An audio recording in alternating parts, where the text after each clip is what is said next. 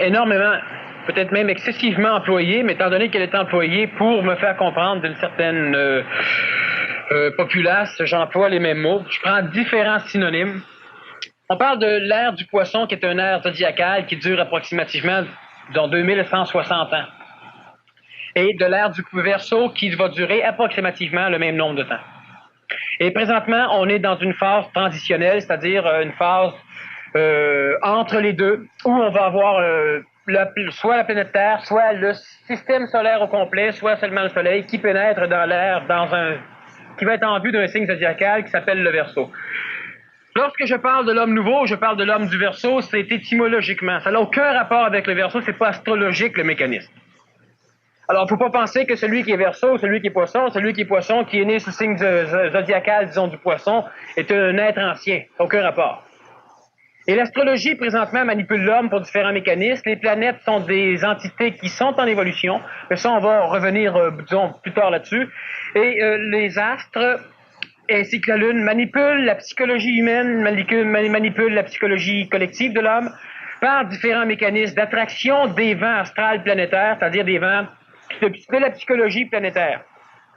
Et lorsque l'homme naît, l'homme est assujetti, apparemment, parce qu'il le veut bien, parce qu'il se complaît, à ce mécanisme giratoire des astres, donc à ce mécanisme de l'astrologie.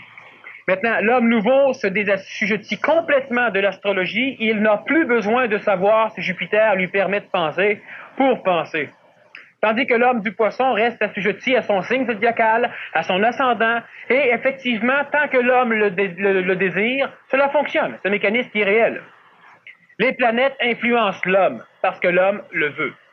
D'ailleurs, tout ce que l'homme a créé, que l'homme a placé dans le ciel de l'astral, influence l'homme, parce que l'homme le veut. Alors, lorsque nous parlons de l'homme du Verseau, nous parlons de l'homme du Verseau d'une façon chronologique, et non pas astrologique. Ou encore, plus précisément, même d'une façon chrononomique. C'est donc tout simplement pour différencier deux époques, l'époque ancienne du Poisson et l'époque nouvelle du Verseau. Exactement. Disons que vu que l'ère du Poisson a duré 2160 ans, on peut aussi en parler de la psychologie piscéenne, de la psychologie de l'homme moderne, allée en reculant, qui n'a presque pas changé en dedans de ces 2000 années. Donc, lorsque nous parlons de la psychologie de l'homme du Poisson, nous parlons d'une psychologie mémorielle, mémorisée par la collectivité évolutive, c'est-à-dire par l'homme qui a vécu pendant ces 2000 années et qui n'a jamais ou presque jamais voulu changer ses concepts de vision, ses mécanismes de perception, ses mécanismes de réflexion, et qui a toujours canalisé son énergie non pas vers le savoir, mais vers la croyance. C'est normal, l'homme croyait bien faire. Il était inconsciemment bien heureux. Ça va changer. Oui, ça va changer, parce que l'homme est bien heureux. D'ailleurs, l'homme n'est pas bien heureux, il est inconsciemment inconscient, oui. Présentement, l'homme... Il y a une certaine forme de sécurité ou de bien-être. Il n'y a que cette sécurité, et cette sécurité, évidemment, n'est soutenue que par un mécanisme qui remplit un trou, donc nécessite le trou à remplir. Et dans l'homme du Verseau, donc dans l'homme nouveau, il n'y a pas de trou à remplir.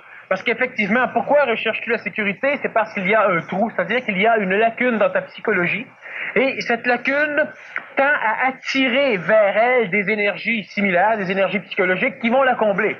Donc l'homme est toujours en recherche d'amour pour combler ce trou. L'homme est en recherche de sécurité, surtout les facettes d'expression de la psychologie matérielle ou de la psychologie psychologique. Et l'homme recherchant continuellement par attraction, qui est l'amour psychologique, à combler cette lacune, l'homme recherche la sécurité. Mais cette sécurité nécessite déjà, lorsque l'homme a la sécurité, il redevient insécure. Parce que l'homme ne connaît pas la sécurité authentique, c'est-à-dire l'ignorance de l'insécurité. L'homme ne connaît pas ça. Et lorsque l'homme a cette sécurité, l'homme se sent insécure parce que l'homme vit un mécanisme nouveau chez lui. Et ce mécanisme nouveau le rend insécure, c'est-à-dire qu'il va canaliser des énergies de sa psychologie pour recréer un nouveau trou, et de ce fait, l'homme va encore rechercher quelque chose pour le sécuriser. Mais l'homme ne peut pas souffrir une sécurité authentique. Une sécurité qui ne demande pas à l'homme d'avoir peur qu'un jour il perde cette sécurité. Et l'homme nouveau ne recherche pas la sécurité parce qu'il n'a pas d'insécurité. Donc, il n'a pas besoin d'avoir peur de se retrouver insécure. Donc du fait qu'il est assuré, il n'a pas à être rassuré, on pourrait dire, c'est ça? Si on peut dire oui, mais il n'est même pas assuré. L'homme nouveau le sait simplement, il le voit. Pourquoi l'homme se sent-il insécure? Parce que premièrement, il tend à être normal, donc à être assujetti à la normalité. L'homme tient à être sécure parce que l'homme ne peut pas concevoir la nouveauté. C'est d'ailleurs un apanage de l'homme ancien. Il ne peut pas concevoir l'homme nouveau. Parce qu'il est jalouse, l'homme nouveau. Parce qu'il refuse l'homme nouveau. Il va mettre plusieurs raisons intellectuelles pour pouvoir se convaincre qu'effectivement l'homme nouveau n'existe pas. Mais l'homme ancien ne peut pas vivre quelque chose de neuf. Donc, il ne peut pas faire autrement que de toujours être insécure, parce que automatiquement, lorsque celui-ci, pour perdre l'insécurité, tu dois faire quoi? Tu dois simplement accepter de vivre un moment nouveau. Et lorsque le moment nouveau vient chez toi, l'homme ancien en a peur parce qu'il ne le connaît pas. Et il doit donc le mémoriser, c'est-à-dire qu'on appelle ça l'expérimenter. Et l'expérimentation nécessite l'arrêt de la vie pour la transformer en mort, en mémoire. Évidemment, il y a souffrance. Et l'homme perd le fil même de ce qu'il allait faire, le fil même de ce qu'il faisait, le fil même de son intelligence. L'homme sort complètement de son intelligence pour pénétrer dans l'intelligence de l'astral et continuellement, dans l'intelligence du passé, de la mémoire, et continuellement, l'homme tente d'expliquer son présent à partir de son passé. Et ça, c'est typique de l'homme ancien. Et l'homme ancien va même dire, oui, mais comment on ne peut pas expliquer quelque chose si on n'a pas nos mémoires? Ben, c'est ça qu'il va faire. C'est qu'à un moment donné, l'homme n'aura plus besoin de ses mémoires. Elles seront chez lui. Mais l'homme ne fera plus référence à son bagage mémoriel pour essayer de comprendre ce qui lui arrive. L'homme va faire référence à rien. L'homme va se référer à ce qui lui arrive pour comprendre ce qui lui arrive. L'homme va avoir une connaissance instantanée, ce que nous pouvons appeler justement le contact avec l'énergie supramentale. Maintenant, nous reviendrons encore, comme on l'a dit tout à l'heure, en décembre, sur ce mécanisme de contact supramental ou de fusion supramentale. Maintenant, l'homme, présentement, ne veut pas. Il ne veut pas parce qu'il est encore assujetti à la croyance, c'est-à-dire que l'homme croit que ça se peut pas. Qu'un jour, l'homme arrive à savoir sans l'expérimentation. Alors, l'homme a donc toujours besoin de vivre un événement, de l'arrêter, de le mémoriser. Et là, l'homme observe ce qu'il a mémorisé et l'homme dit, tiens, je vis ceci. Mais en réalité, il ne le vit plus, il l'a vécu. Et ce qu'il a vécu n'est même pas similaire à ce qu'il a mémorisé. Ce qu'il a mémorisé, c'est mort. C'est de la mémoire. Et l'homme, continuellement, s'évertue à arrêter. Alors, l'homme recherche la sécurité parce que l'homme ne veut pas connaître l'instant présent, l'instantanéité. L'homme ne peut pas connaître l'instantanéité pour la simple raison, justement, que l'homme n'est pas un être réel. C'est-à-dire qu'il est réel, mais dans son expression, l'homme est un être psychologique. Et l'être psychologique naît de l'homme mémoriel. L'homme naît de tous les mécanismes qui vont se frotter l'un sur l'autre pour créer l'ego. Et cet ego ne veut pas connaître le moment présent, parce que dans le moment présent, il n'y a pas de mémoire. Et vu que l'ego est constitué de mémoire, dans le moment présent, il n'y a pas d'ego. Alors, ce qui était tranquillisant ou rassurant pour l'homme du poisson, c'était le fait qu'il pouvait avancer, qu'il y avait toujours du plancher sous ses pieds, que l'homme nouveau, au fur et à mesure qu'il avance un pas, il n'y a pas de plancher, il y a du vide, mais quand il va poser le pied, le plancher va surgir juste en dessous. Exactement, le pied va se placer sur du plancher, même si le plancher n'est pas là. Ouais. Et ça, c'est un mécanisme qui est traumatisant pour l'homme ancien parce qu'il ne veut pas se risquer. Et c'est toujours ça. On parle, je prends un exemple bien évident, on parle souvent on dit que la foi peut charrier les montagnes. Moi, je dis que la foi charrie plus d'humains qu'elle charrie de montagnes, mais enfin. Si l'être humain aurait la foi, si, par exemple, l'un d'entre vous serait totalement convaincu, mais sans être perdu, donc intelligent, présent, comme vous l'êtes présentement, mais totalement certain, même pas convaincu, il sait, qu'il peut guérir instantanément une pathologie d'une personne particulière. Bon. Si il y a un accident dans la rue, la personne va voir l'accidenté, il le ramasse, il le lève debout, sachant qu'il va marcher. Mais il va marcher. Mais malgré cette certitude qui va même dynamiser la religion catholique, par exemple, ou d'autres religions, il n'y a pas un seul foutu pratiquant qui est capable de vivre. Tu parles de ton jésuite tout à l'heure, qui croit à la réincarnation, mais qui n'est pas prêt à mourir pour la défendre. C'est ça le problème. Alors moi, oui, c'est officiel que la foi, ça marche. Alors pourquoi tu t'en sers pas? Parce que s'en servir nécessite le fait de vivre dans le moment présent sans ego. Mais l'ego a peur de manquer son coup parce que l'ego ne peut pas vivre quelque chose de neuf. Et tant que l'ego n'aura pas expérimenté la guérison miraculeuse, il ne pourra pas y croire même s'il y croit. Donc cette dimension de foi dont tu nous parles, c'est une espèce de conscience absolue. Oui. C'est ça, hein? C'est ça. Non, pas une conscience spirituelle. Non, non, absolument pas. Ok. Une question aussi sur la normalité. On nous dit, pour se connaître, l'homme a besoin d'un critère de comparaison. C'est faux. S'il ne faut pas se comparer aux autres, comment peut-on se connaître soi-même? Comment peut-on savoir si on est bon s'il n'y a pas de pied à côté de nous autres? Fait qu'on doit donc cultiver dans notre société des imbéciles pour pouvoir se dire, moi, je suis intelligent. Parce que si tout le monde est intelligent, ben moi, je me dis, moi, je suis un imbécile. Mais moi, je reste exactement ce que je suis. J'ai pas besoin de savoir comment qu'un autre est pour savoir qui je suis ce que je suis pareil. Que je me pense imbécile, que je me pense intelligent, je suis moi-même. Continue. Ok. La collectivité semble être un défaut. Est-ce à dire que l'homme du Verseau est condamné à l'isolement? Non, l'homme collectif est condamné à l'isolement. Il est perdu dans le métro puis il se sent tout seul parce qu'il se parle même pas. Donc, pour se connaître, l'homme a besoin de critères de comparaison. Et ça, c'est encore une illusion, ça, c'est un masque, c'est une farce, c'est une attrape plus. Je cherchais un mot encore plus. C'est bien que tu aies un micro. Pourquoi devrais-je continuellement, pour savoir qui je suis, vivre dans un monde que d'autres choses? Alors, on va maudire l'Union soviétique parce qu'on la compare. Et s'il n'y a pas mieux que l'Union soviétique, on va adorer l'Union soviétique. Je pensais à un livre de Tintin que j'ai lu, à un moment donné. Il parle de révolution là-dedans. C'est bon, Tintin, vous savez. Il parle de révolution, Tintin va se faire fusiller, puis tout le monde est là prêt à le fusiller. D'un coup, il y a un gars qui rentre. Ah, le général Machin-Chouette vient de renverser, puis la révolution vient de gagner. Ah, tous les soldats, vive la révolution, tout le monde est content. On le fusille plus. 2 secondes après, il y en a un autre qui rentre, dit c'est faux, c'est un mauvais message. Ah, à bas la révolution, à bas le tyran, vive l'autre, puis là, on veut le fusiller.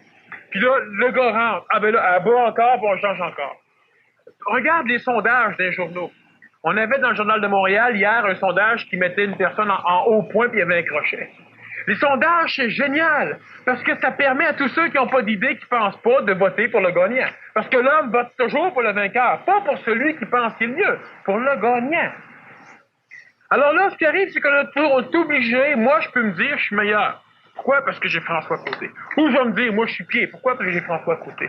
C'est ça qui crée le disciple et le maître. Puis le disciple ne veut pas être maître, parce que s'il est maître, il se compare à qui? Il va falloir qu'il se ramasse des disciples. Il va falloir qu'il se ramasse des fidèles, des caves, des pieds, pour pouvoir dire, moi, je suis intelligent. Puis si toutes les caves, les pieds s'en vont, il dit, crime, j'avais tort. Je suis pas bon. Le monde ne m'écoute pas, le monde ne me suit pas. Je suis rien. Il n'est pas capable de savoir de par lui-même. Quand un être humain fait le bien parce que tout le monde dit que c'est bien, c'est un cave. Parce que le bien, comme on en a déjà parlé, lors de la Deuxième Guerre mondiale, en Allemagne, le bien, c'était de tuer des Américains. Par contre, aux États-Unis, le bien, c'était de tuer des Allemands. Le bien, c'était quoi? Ben, le bien, c'était par rapport à la collectivité. Alors moi, je ne sais pas si je suis bon ou mauvais. Moi, je suis ce que je suis. Et j'ai pas besoin de mettre des qualificatifs ou des quantitatifs pour pouvoir commencer à dire, tiens, j'existe. J'ai pas besoin qu'on me dise c'est bon pour savoir que je suis bon. Puis moi, je me dis pas que je suis bon, je suis moi-même. Je ne suis pas bon, je ne suis pas mauvais. Pour être bon, il faut que le monde me le dise, effectivement. Puis pour être mauvais, il faut que le monde me le dise.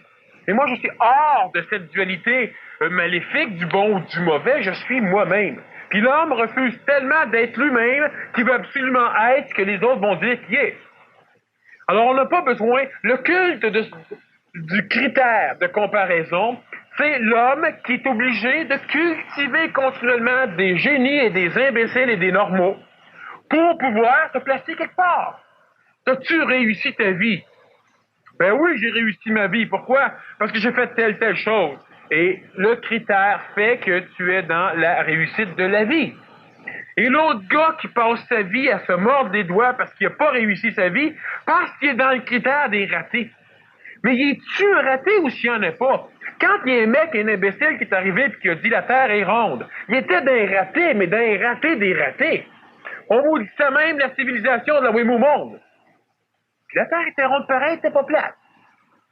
Mais lui-même vivait par son énergie une chance. On en a eu quelques autres. Il y a Benjamin Franklin qui était un raté, qui était un écueil, un récif. On a les États-Unis après ça qui sont sur son dos. Mais on n'a pas besoin de critères.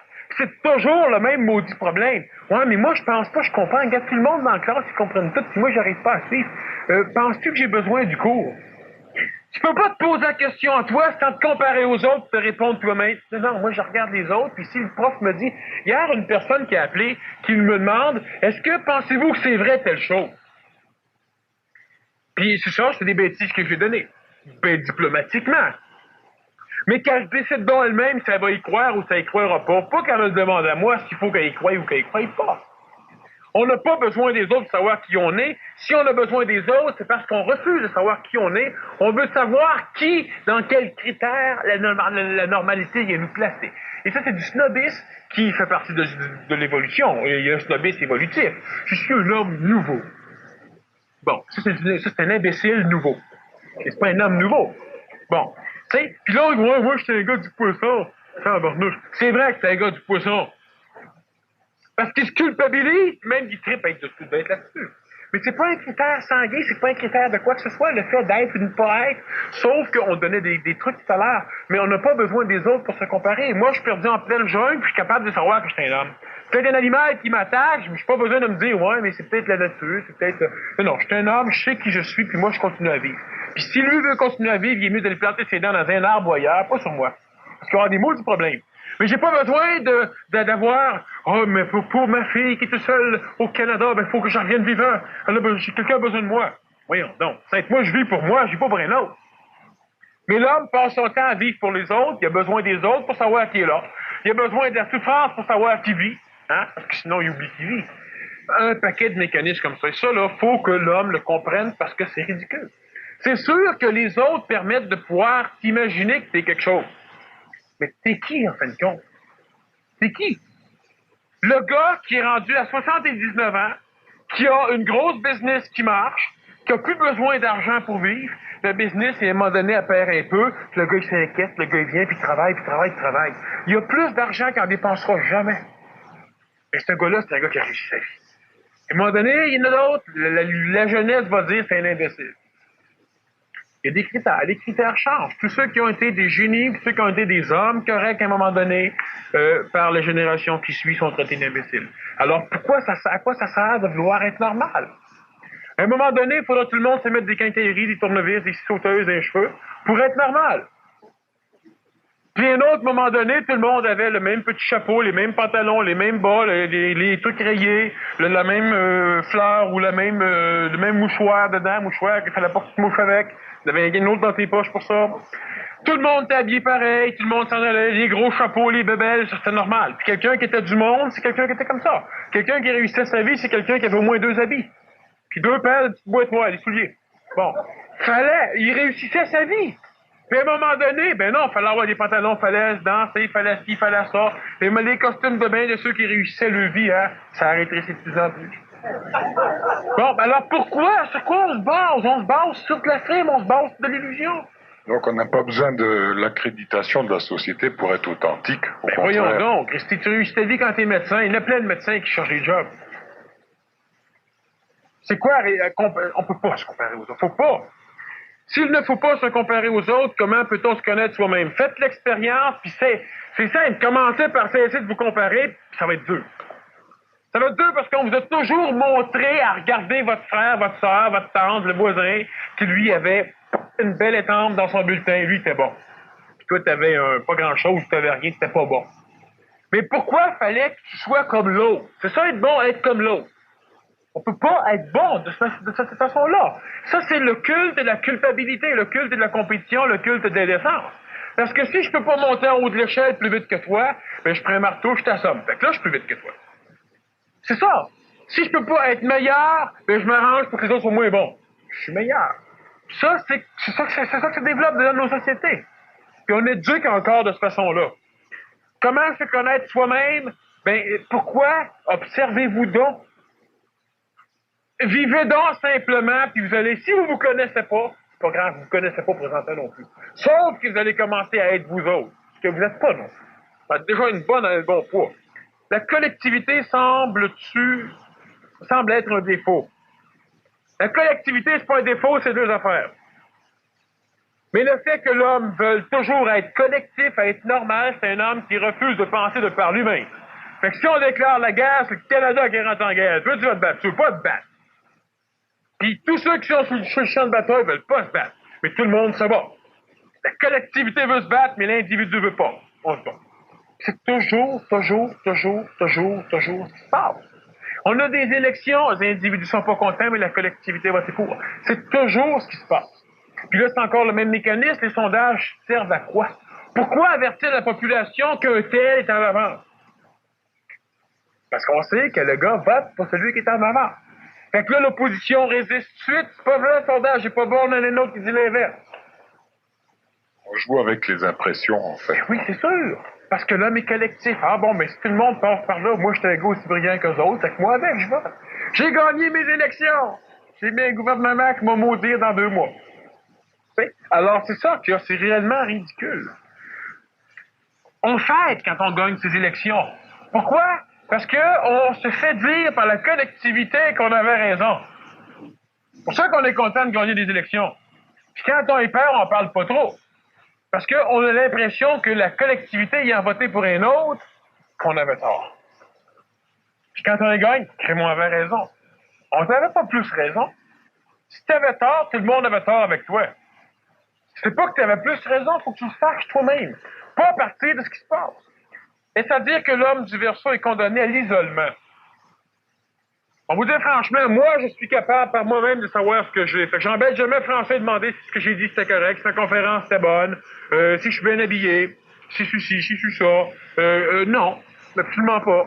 Puis j'en ai plein d'amis, puis on n'est pas isolés, mais on vous dit franchement que toutes les mascarades, tous les visages que l'homme se donne, ben on les brise, on n'en a pas. Fait qu'on est capable d'être authentique, puis moi vous dire franchement, c'est mauditement plus facile, puis mauditement plus fun de vivre avec du monde authentique que vivre avec du monde qui ont tout un protocole pour arriver à pouvoir se toucher. Alors on n'est pas condamné à vivre dans l'isolement. Moi, je suis capable de m'observer et de savoir si ce que je fais est intelligent ou non. J'ai pas besoin de demander à un autre. Parce qu'imaginez-vous donc que l'autre, il me le demande quand il veut le savoir. Fait que si lui, il sait pas, pourquoi il faut que je demande à lui pour que lui me dise si ce que moi je fais c'est correct? Toi, tu me demandes si ce que tu fais c'est intelligent parce que tu le sais pas. Puis moi, je te demande si ce que moi je fais c'est intelligent parce que je le sais pas. On a l'air de deux bouts de niaise. Toi deux, on le sait pas, puis toi deux, on se le demande, toi deux, on se croit, puis toi deux, on embarque. Mais à un moment donné, il faudra qu'on se devienne un peu plus... On te demande ici, que pensez-vous de la théorie du docteur Joseph Murphy? Mais on ne parle pas de théorie, on ne l'explique pas. Non, je pense que tu connais Joseph Murphy. Il y a un peu des mémoires qu'on trouve toutes. Deuxièmement, croyez-vous dans le destin? Troisièmement, le hasard, c'est quoi? Quatrièmement, la chance, c'est quoi? La chance, c'est un conférencier qui va être au symposium dimanche. Alexandre, de son prénom. Alexandre Lachance, oui.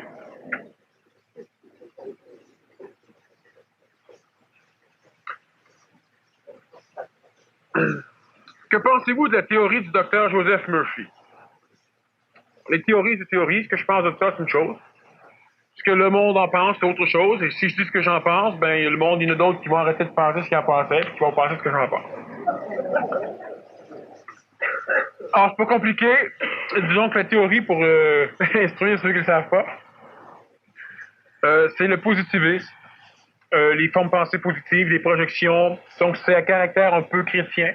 Mais c'est simplement d'essayer de voir la vie en rose au lieu de la voir en bleu. L'autosuggestion positive. De l'autosuggestion positive. Alors, tout ce que vous avez à faire, c'est de l'expérimenter. Si ça fonctionne, ça fonctionne. Puis quand ça ne marchera plus, ben, oubliez-le. Demandez-moi pas ce que j'en pense. Croyez-vous dans le destin? Chose qui est certaine, c'est que l'homme n'a pas de libre arbitre. Et on a fait des conférences antérieurement sur la destinée et le libre arbitre. Alors, la personne, s'il va avoir plus, je ne vais pas repasser là-dessus parce qu'on a déjà fait 2 heures de temps, puis encore, on a fini après la conférence, qui s'est pas enregistré. Le hasard, c'est quoi? La chance, c'est quoi? La chance, c'est réglé. Le hasard, c'est tout ce qui arrive à un être humain qui n'avait pas été prévu par l'être humain. C'est le hasard. Et l'être, l'homme du Verseau, l'homme conséquentiel, n'aura plus d'hasard. Parce qu'il va être capable de savoir ce qui va arriver, puis il va être capable de le prévoir, donc de l'envisager. Il va être prescient. Et le hasard, c'est un mécanisme qui permet à la psychologie égoïque évolutive de l'homme de pouvoir s'excuser. Au lieu d'appeler des dieux comme on faisait dans l'Antiquité, on a fini par dynamiser une énergie qu'on appelle le hasard. Alors, le hasard a fait telle chose. Mais le hasard, ça n'existe pas. Lorsqu'une feuille doit tomber d'un arbre, elle tombe d'un arbre. Si tu passes en dessous en même temps, tu tombes sur la tête, tu appelles ça le hasard. C'est un mécanisme tout à fait normal d'évolution. Et lorsque l'homme prévoit, il dit ce n'est pas le hasard. Tu vois la feuille tomber, puis tu prévois qu'elle te tombe sur la tête, c'est pas le hasard.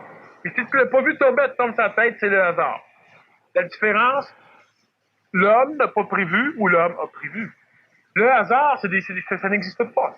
Ce sont des choses qui doivent simplement arriver, qui arrivent. Parce que l'homme ne les prévoit pas, l'homme pense que c'est le hasard. C'est le mécanisme de roulette russe qui a amené quelque chose à quelqu'un.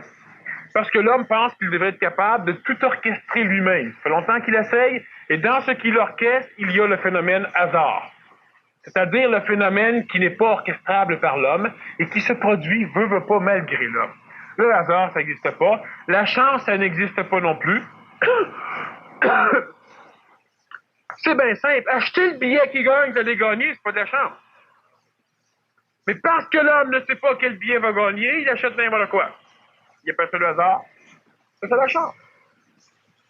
Tout ce que l'homme entreprend, la chance, c'est l'homme qui se la fabrique, qui se l'amène, et moins l'homme est capable d'être écologique, moins l'homme est capable d'être conséquentiel, moins l'homme est capable d'entrevoir, de voir ce qu'il fait, de s'arranger pour que ça marche.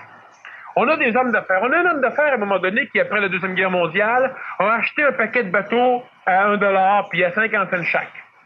Des gros bateaux tout rouillés. Et il a payé, lui, un endroit dans un port pour qu'on les conserve. Il payait régulièrement tous les années 150$ pour garder une flotte de 30 bateaux, disons. Bateaux tout rouillés, des bateaux qui ont servi au transport des troupes parce qu'on en a fabriqué pendant la Deuxième Guerre et après ça, on ne sait plus quoi faire avec. Il les a conservés. C'était-tu le hasard ou c'était la chance? Rien. Puis à un moment donné, on a démoli les bateaux. Ceux qui n'ont pas été vendus, on les a tout démolis. Pour relancer l'économie, il fallait recréer des bateaux. Lorsqu'on a relancé l'économie navale, ben là, évidemment, on a démoli suffisamment de bateaux pour qu'on ait des demandes. Lorsqu'on a relancé l'économie navale, ça l'a reparti, le monde voulait avoir des bateaux maintenant. Et lui a commencé à vendre ses ferrailles. Mais pas 50$, 50 cents ou une pièce. Là, on parlait de demi-million de dollars. Et il en a vendu suffisamment, il en a conservé certains, parce qu'il a entrevu quelque chose.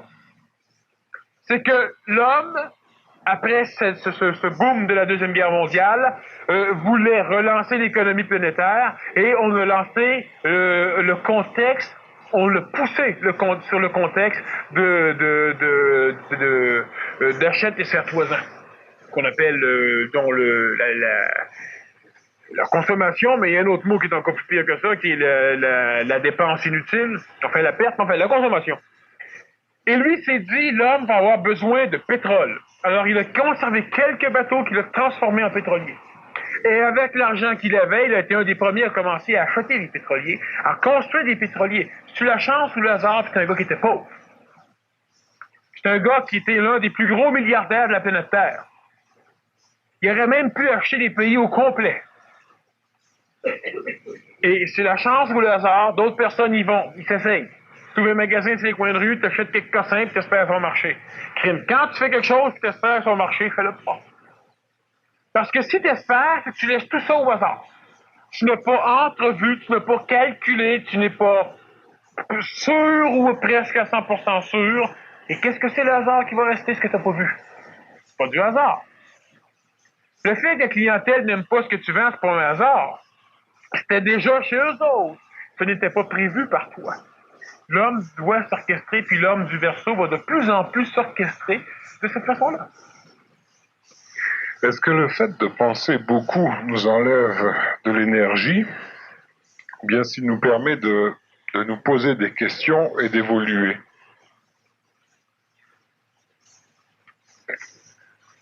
Ça fait les deux. Le fait de penser beaucoup nous ôte énormément d'énergie, et le fait de penser un peu nous permet de nous poser des questions et d'évoluer. Évoluer, donc de s'améliorer. L'amélioration évolutive de l'être du Verseau, ce sera simplement par l'efficacité, va se transparaître par l'efficacité et par l'économie d'énergie. Alors évidemment, si on pense trop et qu'on gaspille de notre énergie, il y a un problème. Le fait de se laisser penser, le fait de penser à n'importe quoi, sans aucune relation, l'homme doit se poser des questions et doit s'évertuer à y répondre, mais il doit surtout penser dans l'action. Il ne doit pas être un être qui médite.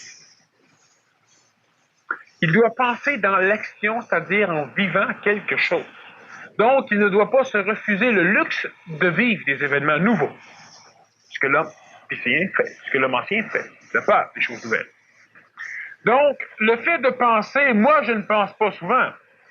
Les seules fois où je vais penser, c'est lorsqu'on me pose des questions, enfin, je ne pense même pas, je réponds. C'est plus rapide. Les seules fois où je vais penser, ça va être soit pour m'amuser, pour me distraire, me divertir, soit pour essayer d'envisager les conséquences de certains mouvements, on pourrait appeler des actions, que d'autres ou que je vais poser. Et de plus en plus, je ne penserai pas, parce que je vais savoir en même temps que je vais voir l'action, que cette action-là, elle est correcte, ou que cette action-là est une farce. Présentement, l'homme doit se poser des questions et l'homme doit tenter d'y répondre, mais sans s'obliger d'y répondre. C'est que l'homme n'arrive pas, c'est l'homme qui pense, s'épuise dans la pensée et l'homme oublie de vivre. Parce que sachez bien que la pensée, c'est un mécanisme qui présentement occupe l'esprit de l'homme, c'est un mécanisme qui permet d'interpréter l'énergie mentale pour l'ego, d'instruire l'ego. Quand la pensée se met au service du mental. Présentement, l'ego, l'homme, la pensée, n'est qu'un mécanisme totalement psychologique, totalement égoïque, qui essaie de rassurer la psychologie, qui essaie de rassurer l'ego. Donc, on pense pour essayer de se donner des structures qui vont pouvoir supporter l'insécurité de l'ego. Ce mécanisme, ce genre de pensée n'est pas correct. Lorsque l'homme crée, lorsque l'homme pense, lorsque l'homme dessine un plan, l'homme pense. L'homme pense dans l'action. Ce mécanisme de pensée n'est pas une perte d'énergie. Même si tout ce que l'homme dessine et l'homme planifie, l'homme l'oublie après, il n'a pas nécessairement perdu son énergie. L'homme a commencé à exprimer sa pensée, à exprimer l'énergie intentionnelle, même s'il la colore, à exprimer donc l'énergie créatrice, même s'il la colore. Alors, ce qui fait que penser dans l'action n'est pas une perte d'énergie. Vous marchez, vous pensez, vous jouez avec quelqu'un, vous pensez, vous construisez quelque chose. Constructive, elle n'est pas évolutive.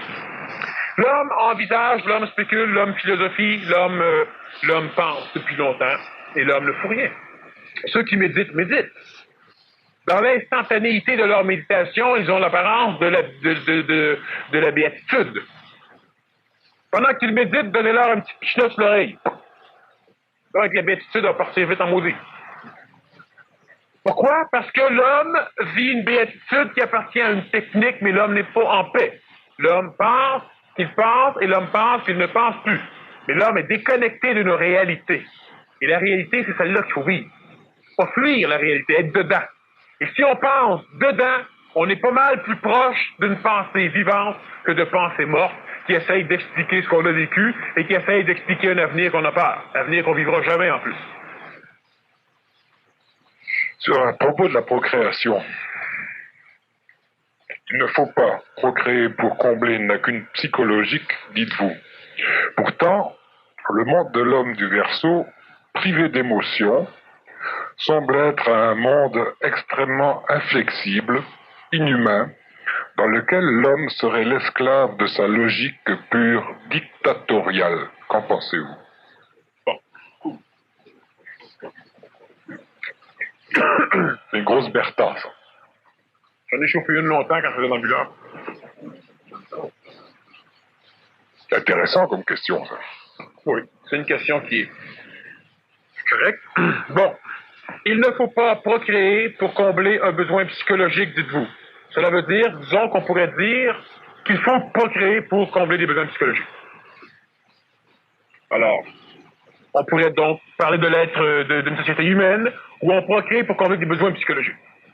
L'enfant qui ne nous aime pas, ben on le sac dehors. L'enfant qui ne fait pas tout ce qu'on lui demande, l'enfant qui n'est pas l'enfant de nos rêves, ben celui-là, non seulement il ne comble pas nos besoins psychologiques, mais il nous en crée. Alors, ce qui fait que là, celui-là, on le tape, on le tapoche, on l'éduque, on le bat, on l'envoie dans une école spécialisée. On fait tout, on met des lois pour qu'il comble le besoin psychologique de la société, puis si ça marche pas, ben là, il demande de faire son camp. Bon. Pourtant, le monde de l'homme du Verseau privé d'émotion, et le monde du Verseau ne sera pas privé d'émotion, il sera privé de souffrance. Et si la souffrance c'est l'émotion, ben il sera privé d'émotion. Mais on a une autre conception de l'émotion que la souffrance. L'homme du Verseau est capable d'aimer. Il n'y a pas grands hommes du Poisson qui sont capables d'aimer. L'homme du Verseau n'est pas capable d'haïr. C'est une perte d'énergie, c'est stupide d'haïr. Lorsque je vois quelque chose, je le trouve beau, je le trouve neutre. L'homme du Poisson le trouve beau ou le trouve laid. Et il y a des différentes paliers de beauté et de laideur. Lorsque l'homme du Verseau observe quelqu'un, il ne peut pas le juger. On peut dire que c'est pas un monde humain, parce qu'il faut juger. Il faut dire, tu lui casses, j'aimerais ça être comme lui. Parfait. Mais ça, c'est un monde inhumain. Parce que l'homme du Verseau va être capable de s'amuser, sans perdre, sans gagner. Donc, il n'y aura pas ce stress-là. Il va être capable de travailler en admettant l'erreur. Il va être capable de trouver une fleur extraordinairement belle. Puis quand la fleur est morte, il comprend que la fleur meurt. Il va être capable de trouver une fleur belle pour ce qu'elle émet, pour ce qu'il y a comme communication énergétique entre la fleur et lui. L'homme du Poisson ne peut pas. L'homme du Poisson trouve une fleur belle parce que cette fleur-là suscite chez lui une émotion qu'il aime. Alors, il arrache la fleur, il la tue, il la met des bocals, puis il continue à la trouver belle. Puis quand la fleur est morte, il arrache une autre, il met des bocals, puis il la trouve belle. Ou bien non, il prend une photo, puis il admire la photo. C'est ce qui se passe chez lui. Mais pas la relation entre la fleur et lui. Et ça, c'est le monde de l'humain présentement. Alors, il aime l'enfant, mais l'enfant vieillit. Fait que l'enfant, ben, il l'aime quand il est petit. Tout le monde aime ça, les animaux, quand ils sont petits. Il les aime moins quand ils sont plus grands. C'est la même chose. Et vous êtes capable d'aimer tous les enfants que vous rencontrez. Êtes-vous capable d'aimer tous les adultes que vous rencontrez? Non.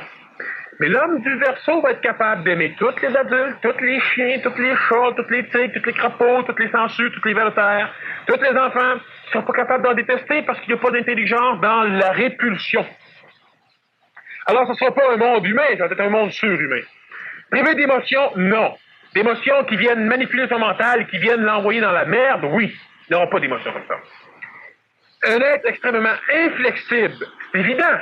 Entre ce qui est intelligent et ce qui ne l'est pas, faut-tu être flexible? Faut être flexible. Mais l'homme du Poisson est flexible. L'homme du Poisson, il est flexible. L'homme du Poisson voit un juste milieu entre la vérité et le mensonge. La vérité, c'est ça. Le mensonge, c'est pas bon. Mais on va vivre entre les deux. C'est plaisant, c'est bon. Mais ça vivra plus. C'est sûr qu'il va être inflexible, l'homme nouveau. On fait-tu la guerre? C'est stupide, la guerre. Fait qu'on ne fait pas au nom de l'argent, au nom de Dieu, au nom de n'importe qui, on ne ferait pas de guerre. Il n'y a pas de juste milieu entre ce qui doit être fait et ce que l'homme aimerait faire émotivement. Tu veux t'acheter une auto, t'as pas d'argent. Moi, je vais m'endetter, puis après ça, ben, quand je serai prêt à payer, ben, je la revendrai ou je verrai en temps et lieu. Moi, je vis au jour le jour. C'est pas ça, vivre au jour le jour. C'est souffrir au jour le jour. C'est pas vivre au jour le jour. L'homme nouveau ne fera pas ce genre de choses. Alors, il ne sera pas présentement, l'homme est complètement l'esclave de son émotion, parce qu'il ne voit même pas qu'il souffre, il ne voit même pas pourquoi il souffre, puis en plus, il ne veut même pas cesser de souffrir. L'homme nouveau ne sera pas l'esclave de son intellect. Il n'y aura pas d'intellect. L'homme nouveau va être l'intelligence qui va s'exprimer chez l'homme. Et non plus juste l'émotion. L'émotion régie par l'émotion collective en plus, hein, parce que c'est même pas votre émotion qui s'exprime. Vous aimez ce que vous devez aimer. Vous aimez ce qu'on vous a montré d'aimer. Hein? C'est important, vous avez dit. Inflexible, inhumain, surhumain, dans laquelle l'homme serait l'esclave de sa logique pure dictatoriale. Qu'en pensez-vous? Une logique dictatoriale, effectivement. Présentement, on pollue énormément. Mais c'est pas grave, on a du fun, le temps qu'on pollue. Puis quand on aura bien pollué, ben là, on payera les pots cassés. La logique dictatoriale de l'homme nouveau va faire que non. On pollue pas. C'est pas bon de polluer. C'est pas intelligent de polluer. Cassons-nous la tête, puis cherchons. Mettons-en de l'argent, pas pour dépolluer, mettons-en de l'argent tout de suite. Pas dans 15 ans, pas dans 20 ans pour dépolluer, tout de suite. Puis mettons des énergies tout de suite, même s'il faut qu'on dorme moins souvent, pour régler ça tout de suite. Puis quand on polluera pas, là, on pourra commencer à s'amuser. Ça, c'est dictatorial. Mais c'est la même dictature, plus intelligente que l'homme du poisson. Lui, il dit non, tripons, amusons-nous, oublions tout. Puis quand il sera trop tard, là, on l'arrangera. C'est dictatorial. Ça passe par-dessus son intelligence. L'intelligence, tu veux rien savoir de l'intelligence, pour l'instant, il faut s'amuser. Il faut vivre notre vie tout de suite. Quand elle sera plus vivable, comme plusieurs vont dire, s'il y a une guerre nucléaire, oh, moi je me suicide. Parfait. Quand elle sera plus vivable, on se tirera une balle derrière la tête en espérant qu'il y aura encore assez de balles à cette pouce. Puis l'homme du Verseau, je te le dis, ben non, quand ça sera plus vivable, voyons, arrangeons-nous pour que ce soit vivable. Puis commençons tout de suite. Ouais, mais l'air n'est pas encore assez impur pour dire que, mais non. Mais attendons pas qu'elle soit irrespirable pour commencer à penser qu'elle n'est pas respirable. Faisons-le tout de suite. L'homme va jouir de la vie comme l'homme n'a jamais joui de la vie. Puis quand l'homme va avoir un enfant devant lui, l'enfant va être heureux. Pas parce qu'on va l'avoir éduqué à être heureux. Pas parce qu'on va lui dire, crime, t'as tout, tu dois être heureux. Mais non, t'as pas tout. Parce qu'il va être dans le son de l'énergie. Il va dormir, il n'aura pas peur. Il va sortir, il va savoir quand il veut sortir. Il va aller dans la campagne quand ça va être en fait, il va aller apprendre. Il va s'instruire parce qu'il va comprendre l'intelligence d'apprendre. Pas parce qu'il est émotif, parce qu'il a peur des volets que son père va lui donner. C'est pas pour ça qu'il va aller à l'école. Il va aller à l'école parce qu'il va comprendre. Puis ça, ce mécanisme-là, ben, il commence déjà. Et c'est pas un mécanisme inhumain, c'est un mécanisme surhumain. L'homme n'a jamais été humain. Si on veut dire par humain que c'est humain à un moment donné de battre son enfant parce que t'en as par-dessus la tête. Parce que t'es trop humain pour dire à ton boss ce que t'en penses, ben tu bûches ta femme quand tu rentres. C'est ça être humain. C'est pas être l'esclave dictatorial de son émotion. Mais j'aime mauditement mieux, moi, être l'esclave de mon intelligence qui va me dire, je rentre à la maison, le patron, c'est autre chose. Je rentre à la maison et c'est intelligent qu'il y ait une harmonie dans la maison. Ça me plaît, ça lui plaît. C'est intelligent. Alors moi, je rentre, je m'amuse dans l'harmonie qu'on a besoin là. Pas parce que je veux être un bon père de famille, pas parce que je veux bien paraître mes voisins, pas pour aucune foutue raison, parce que je vois que c'est intelligent. Fait que quand je rentre, là, puis que ma fille vient me voir, puis qu'elle me dit quelque chose, puis que moi, oui, mais là, ta mère, là. Je fais pas ça parce que je suis pas émotif. Pas émotif dans le sens que l'humain l'est, je ne fais pas charrier par mon émotion. Alors oui, j'ai besoin de créer une harmonie. J'en ai besoin si je suis encore un peu psychologique, mais j'ai suffisamment d'intelligence pour comprendre que j'en ai besoin. Alors je vais créer et je vais fonctionner en harmonie. Je ne sais pas individuel dans le sens où je vais être rejeté ou être tout seul physiquement, mais c'est individuel dans le sens où je vais penser moi. Si d'un tel ne comprend pas d'intelligence telle chose, moi je le comprends pareil. Présentement, si la collectivité ne la crédite pas, on n'embarque pas. Ça, c'est pas correct. Parce que la collectivité, elle attend que la collectivité la crédite pour la créditer. Fait que, on la crédite pas. Alors, c'est pas un monde inhumain, c'est un monde qui est mauditement plus humain que ce qu'on a connu là. Présentement, on n'a pas de monde humain. Un monde humain, un monde intelligent par la logique, et éduquerait à la population, les enfants entre autres et les adultes, que l'homme doit être en santé. Présentement, c'est une philosophie, ça, que l'homme doit être en santé. On n'éduque pas. C'est une philosophie qui devrait être vécue, qu'on prône un peu. Mais les médecins ne croient pas à ça. Pas grand monde qui croit à ça. On a un autre mot de philosophie à part de ça qui dit que lorsqu'une personne est magnétiseur, puis qui charge, elle fait de l'argent sur le dos des malades. C'est un petit apport, ça me donne de le dire, ça me plaît. Elle fait de l'argent sur le dos des malades, c'est pas correct, ça. Tu sais, je suis magnétiseur, quelqu'un me touche, on peut guérir, puis moi je charge 500 piastres. Ah oui, mais les médecins font ça. Les infirmières font ça. Le personnel médical fait ça. Ils font de l'argent sur le malheur des autres. Les psychologues font ça. Puis le gars qui n'a pas de char, quand il l'achète, ceux qui font des chars font de l'argent sur le malheur des autres. C'est ça. Être intelligent, c'est de comprendre aussi la valeur de l'argent, de l'énergie de ce mécanisme-là, pour qu'on cesse à un moment donné d'être des humains pauvres, des humains chialeux, des humains qui vont peur, des humains qui critiquent tout le temps, des humains qui bossent, qui sont remarqués. Mais si on devient intelligent à un moment donné, on va avoir des émotions. C'est-à-dire qu'on va être capable de voir des choses qui sont belles. Mais la chose en passe, c'est normal à vie. À vie, elle naît, à vie, elle meurt. Ça, c'est normal. Puis moi, je continue à vivre, je vis. Je broille pas sur mon passé parce que je suis humain. Je vis parce que je suis surhumain. Puis l'humanité, c'est pas une loque, un écueil, un respect, c'est pas un être médiocre, c'est ça que l'homme pense, c'est ça que l'homme s'instruit et s'auto-instruit de cette médiocrité humaine. C'est pas ça pantoute. L'être du Verseau, c'est pas un être qui va être anti-émotion, c'est un être qui va être intelligent. Alors quand ton chien vient te voir et il veut avoir un peu d'affection, tu lui en donnes, c'est intelligent.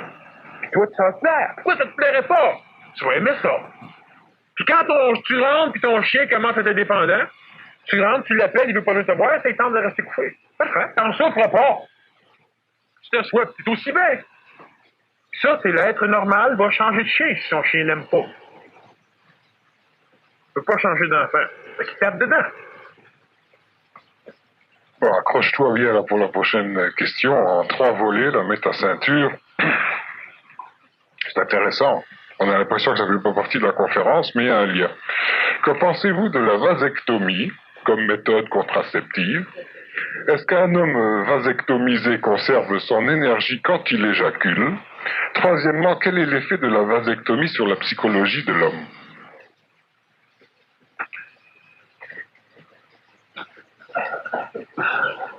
Pas drôle. C'est la réalité. Oui, mais c'est ça, mais au moins c'est une question qui pourrait toujours avoir un apanage constructif. Le seul foutu problème, c'est que je ne peux pas répondre à cette question-là. Pour la simple raison que je suis conscient de l'écosystème psychologique de l'homme. Je ne peux pas répondre pour la simple raison que certaines personnes ont été vasectomisées. Si ce n'est pas bon, qu'est-ce qu'ils vont foutre psychologiquement, sinon pas la résistance psychologique et énergétique pour pouvoir endurer ce choc? Si je dis que c'est bon pour contrebalancer ce mécanisme, je compte de la foutaise. Et il y a des choses qui le sont, des choses qui ne le sont pas. Une chose qui est sûre, c'est que présentement, il y a beaucoup de formes de tendances évolutives dans notre société, et soit dit en passant, même une vasectomie qui ne peut pas être réinstaurée chirurgicalement, peut l'être quand même à un moment donné chez la personne sans chirurgie. Et je ne veux pas dire que c'est bon ou mauvais, je vous explique simplement un principe qui est un phénomène qui est correct, comme les personnes qui sont incurables du cancer et qui à un moment donné guérissent. Alors, cherchons pas à savoir pourquoi ça fonctionne. Lorsqu'on est rendu à stériliser l'être humain, parce que l'être humain recherche continuellement des mécanismes psychologiques, lorsque je vous disais lors de la conférence de séparation des corps, que l'être humain n'a pas de corps physique, il n'a qu'un corps psychologique. Et que pour le plaisir psychologique, il fait subir à son corps physique immensément de phénomènes, et on sait très bien que le corps physique est le véhicule qui permet l'expression du corps psychologique. Et plus on altère le corps physique, plus on altère le corps psychologique. Alors, c'est évident qu'un être qui a une altération physique change. Prenez de la boisson, vous n'êtes plus psychologiquement le même. Droguez-vous, vous n'êtes plus psychologiquement le même. Qu'est-ce que vous transformez? Votre nature physique. Au niveau énergétique, l'énergie sexuelle, ce n'est plus ce qui privilégie, ce qui est de prime importance chez l'homme du Québec. Parce que pendant longtemps, l'énergie vitale, l'évolution vitale se faisait du bas vers le haut. Donc, d'un centre d'énergie qui était en corrélation avec les glandes surrénales, donc le centre qui s'appelle le Muladhara, que certains pensent, disons, relié aux glandes sexuelles, mais ce n'est pas celui-là. L'énergie passait du bas vers le haut. La conscientisation humaine, présentement, se fait à l'inverse, du haut vers le bas. D'un contact non plus cellurique planétaire, mais d'un contact supramental vers la planète. Parce que l'homme, physiquement, planétairement, est constitué. Il n'a plus à se constituer. Alors, lorsque nous perdons de l'énergie sexuelle, ce n'est pas parce qu'on est vasectomisé ou non. Nous perdons de l'énergie dans des relations qui sont trop fréquentes. On l'a déjà vu et on va revenir sur ce mécanisme à un moment donné dans une conférence juste là-dessus.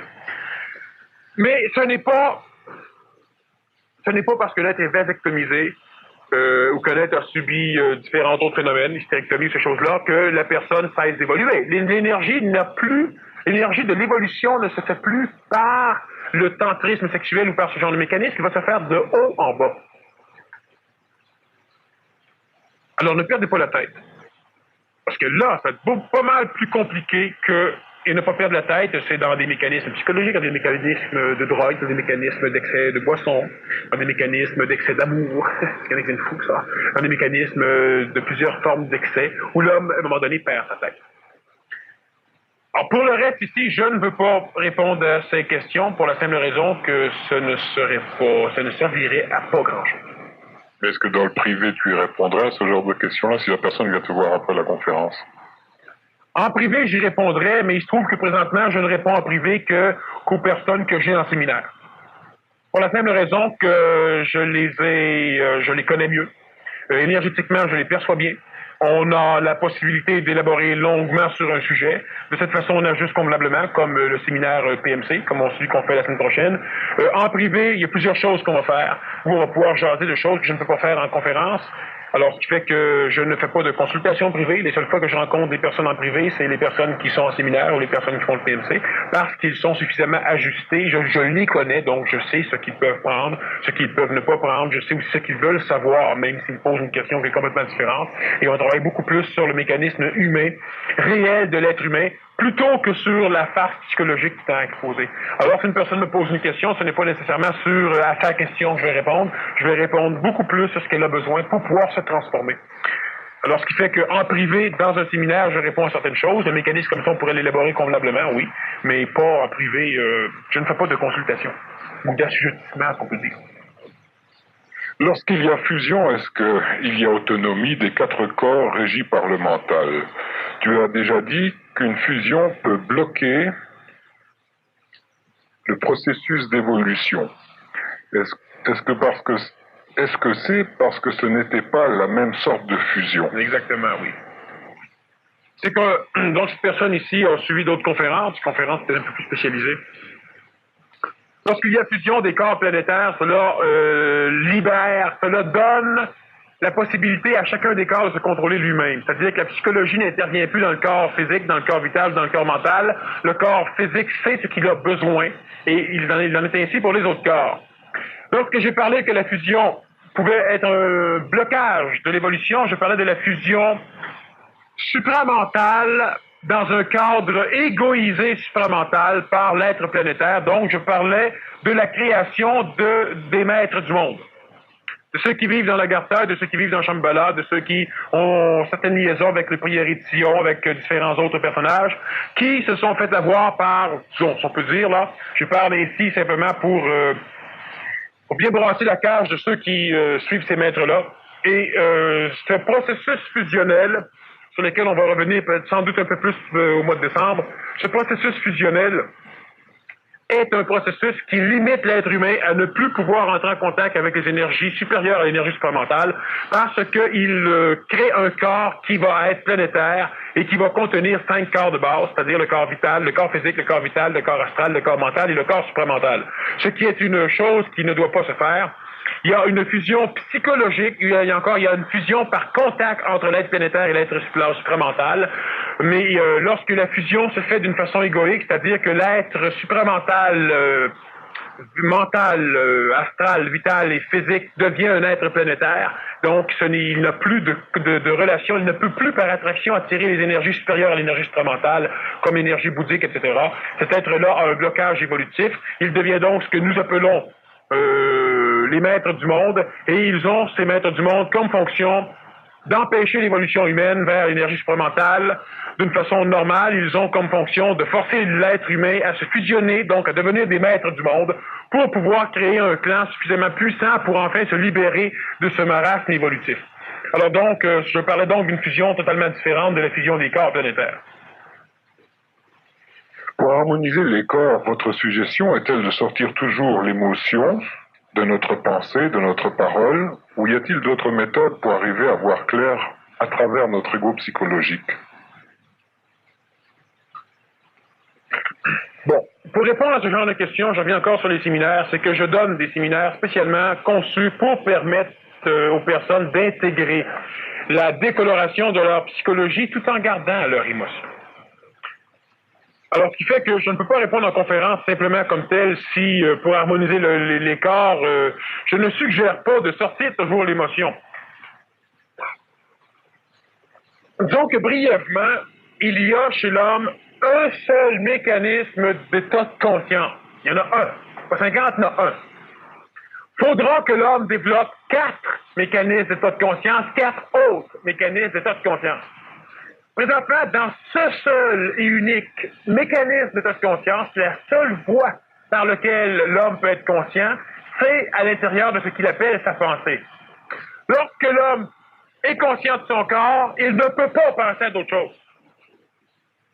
Alors, si je prends un marteau et que je vous enfonce un clou dans le pied, vous ne pouvez pas méditer. Vous ne pouvez pas penser à vos problèmes professionnels, vous ne pouvez pas penser à la couleur de votre auto, vous ne pouvez pas penser à rien.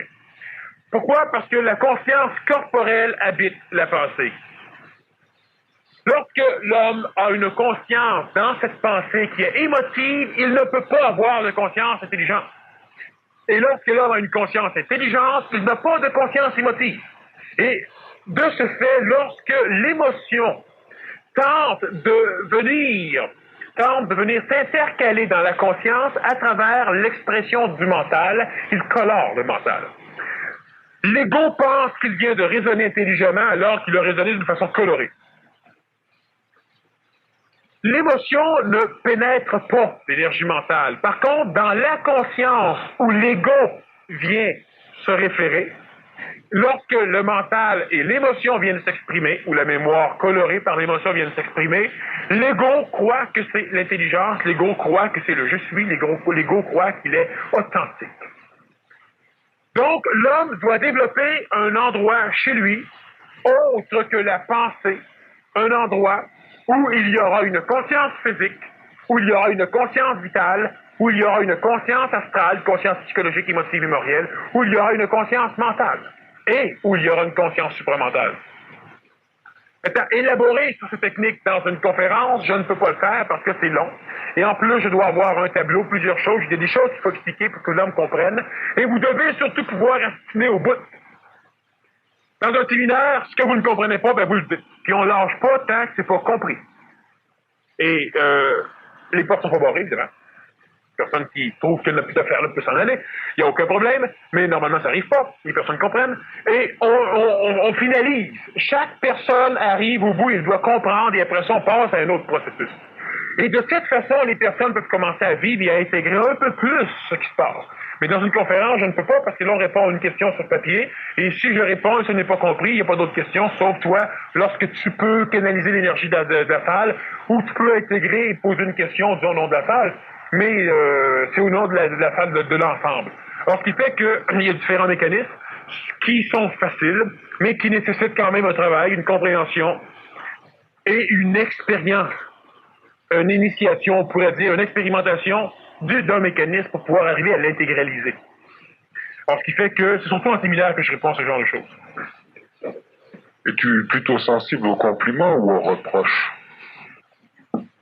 Présentement, je suis extrêmement sensible quand on me pince un doigt, tombe sur l'oreille, lance une boule de neige. Bon, on va vérifier ça, ton degré de sensibilité ou d'intégration des reproches. En voilà tout un. Conférence pas assez simple ni précise. Mots trop compliqués. Pas assez d'exemples vécus pour comprendre le sens. Ça devient stressant à écouter à la vitesse que c'est dit. Moi, j'ai juste 2 heures pour parler. Disons que, personnellement, moi, ça ne changera pas mon type de conférence. On enregistre sur cassette, c'est pas pour rien. Et en plus, sachez bien que je ne parle pas de façon à ce que vous mémorisiez tout ce que je dis. Ça ne devrait faire. La conférence est beaucoup plus énergétique. Et ce qui se passe chez l'homme va être beaucoup plus énergétique, un caractère beaucoup plus énergétique qu'un caractère didactique. Si la conférence ne semble pas précise et que les mots sont compliqués, c'est que la conférence est très précise. Mais que les mots étant compliqués, les mots n'étant pas assez simples, la conférence n'étant pas comprise, elle paraît compliquée ou paraît trop simple. Alors, il faut bien comprendre que ça ne change rien à rien, sauf que c'est beaucoup plus énergétique. On a des personnes qui viennent de temps en temps, d'ailleurs, il y en a peut-être même ici ce soir dans la salle, qui viennent, à l'époque, on avait des tables, et qui venaient tous les conférences, tous les vendredis, de remettre que la conférence, s'en allait. Ils étaient mieux, de mieux en mieux. Physiquement, psychologiquement, vitalement et tout ça. Ils ne comprennent rien. Ils achetaient des cassettes et chez eux, ils réécoutaient par la suite. Alors, ce qui fait que Je fais un travail, je sais ce que je fais, et si le travail n'est pas nécessairement compris, ça, c'est pas plus grave que ça, le temps arrange les choses, mais la conférence, elle est compliquée, elle n'est pas simple, parce que les mots sont compliqués, parce que les mots se veulent précis. Et on a des enregistrements, d'ailleurs, même qu'on donne la première partie de la conférence à celui qui achète déjà un billet, alors qu'il fait que la conférence, il l'a gratuitement. Spécialement, pourquoi qu'on fait un spécial comme ça? C'est pas pour attirer le monde, ils viennent quand même. Ils achètent leur billet quand même, puis ils viennent quand même. Le monde n'est pas une conférence parce qu'il y a une cassette gratuite. La conférence n'intéresse pas, la cassette non plus. On fait ce spécial spécialement justement pour que la personne puisse réécouter après, parce qu'au niveau de la conférence, c'est quelque chose qui est beaucoup plus vivant, qui est énergétique, qui n'est pas didactique. Bon, il y a donc un temps d'intégration, et puis tu sembles dire qu'il y a un transfert d'énergie, transfert vibratoire d'énergie que tu fais dans la salle, là, au travers de la parole. Au travers de la parole, et c'est pour ça aussi qu'on a un salon de ce genre, parce que les énergies sont conservées, les énergies sont particulières, et les personnes vont comprendre des choses après-demain, après-demain, après-après-demain. À un moment donné, ils vont comprendre des choses comme ils ne les ont pas vues. Et ce n'est pas grâce à moi, c'est grâce simplement à l'énergie que tout le monde on peut constituer dans le salon. Et moi, pour ne pas briser, parce que, évidemment, je pourrais prêcher, je pourrais répondre d'une façon plus lente, je pourrais aborder, pour laisser le temps au monde d'intégrer, des exemples plus concrets, plus pratiques. Mais à un moment donné, ça n'aurait plus la teneur énergétique que ça a. La personne s'en irait. Bon, je pourrais accélérer un peu. Mais qu'est-ce qui se passerait, c'est que vous comprendriez tout. En comprenant rien, tout le monde intellectualiserait. Ce serait engrangé dans la c'est mémoire. vachement dur d'intellectualiser ce que je dis. La seule affaire qu'on peut faire, c'est de dire « Ouais, mais c'est trop intellectuel ton affaire. » Moi, m'a dit « Tu compris quelque chose? » Non, c'est pas intellectuel. T'as rien compris, c'est pas intellectuel. Sinon, tout le monde dirait, oui, peut-être, partir de là avec plein de mots, plein de concepts, plein de choses, et il ne pourrait pas l'appliquer. Et moi, je m'applique justement à m'arranger pour que le monde ne retienne pas ce que je dis. Il y a des cassettes qui le retiennent suffisamment mieux que d'autres. Et c'est surtout parce que je ne veux pas être intellectuel. La personne qui a une affinité intellectuelle à suivre exactement ce que je dis à la même vitesse, parce qu'elle parle aussi vite que moi ou qu'elle parle très vite, ben, c'est presque une lacune parce qu'elle va intellectualiser, elle ne pourra jamais l'appliquer. Alors, évidemment, je me force pour parler vite.